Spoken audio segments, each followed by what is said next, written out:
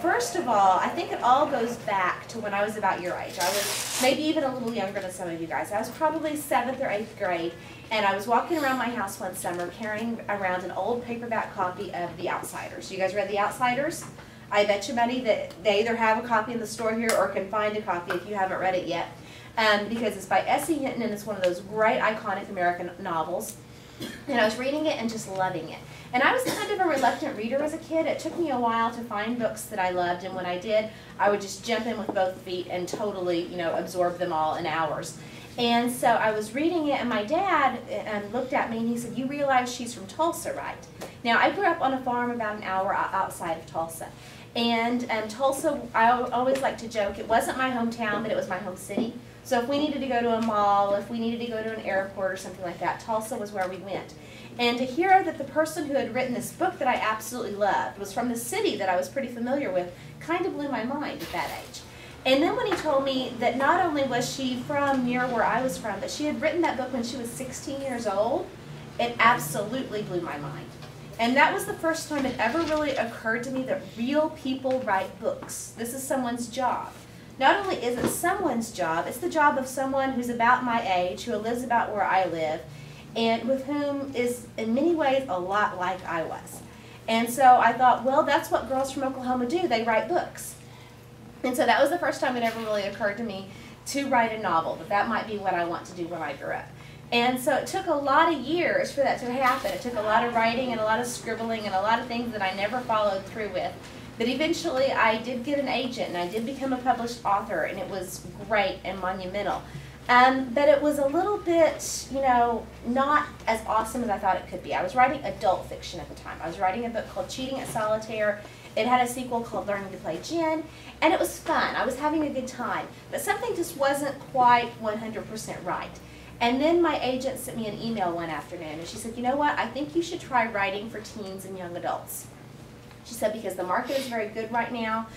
People have finally figured out that teen girls are smart, and they're articulate, and they're funny, and they want books that are just all those things as well. And she said, besides, you are very immature. And I said, yes, I'm totally immature. I can absolutely do this. So she said, go home, think of some ideas, get back to me. So I sat down over the course of the next few hours, and I jotted down a half-dozen ideas and sent them off to her. And she wrote me back with the email that would change my life. And it was very simple, and it was just, these are all really, really bad. And I thought, oh, but I thought they were great, because when I was a teen girl, with the exception of The Outsiders and a couple of other books, teen fiction was not nearly as good as it is right now. I like to consider this kind of the golden age of young adult fiction. So you guys are really, really lucky. And so she said, go home, think about it, think bigger, think higher concept. And so I did. I popped a big bowl of popcorn, I sat down in front of the TV, and I was watching the TV show Alias. You guys remember Alias? It was Jennifer Garner, and she was a college student by day and a spy by night, and it just doesn't get more awesome than that, if you ask me. And so I'm watching this, and it's an old flashback episode of when her half-sister was growing up in an orphanage in Argentina. And so the sound is on mute, and I glance up, and I look, and I see this big group of girls who are running around this big abandoned building in the middle of the night. And I knew at least one of them grew up to become a spy. So I thought to myself, oh my gosh, did she go to a boarding school for spies?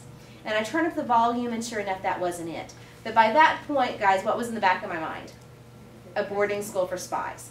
How incredibly awesome would it be to go to a boarding school for spies? And so that was my character, and that was my situation, but that's not really a full-fledged plot. You've got to have some conflict that come in there.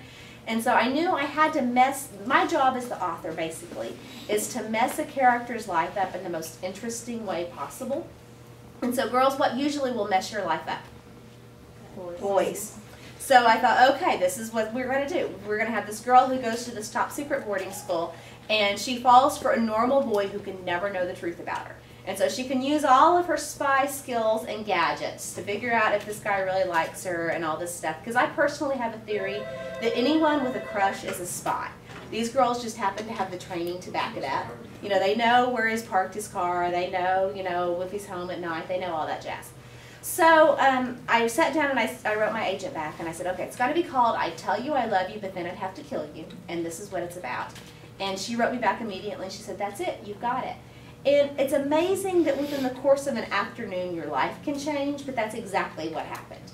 You know, I went from writing very kind of low budget, very, you know, no, I don't want to say nobody cared about them books, but they were very low on everybody's priority list books, to writing books that were kind of important and people, you know, had a lot at stake with them, and that was wonderful.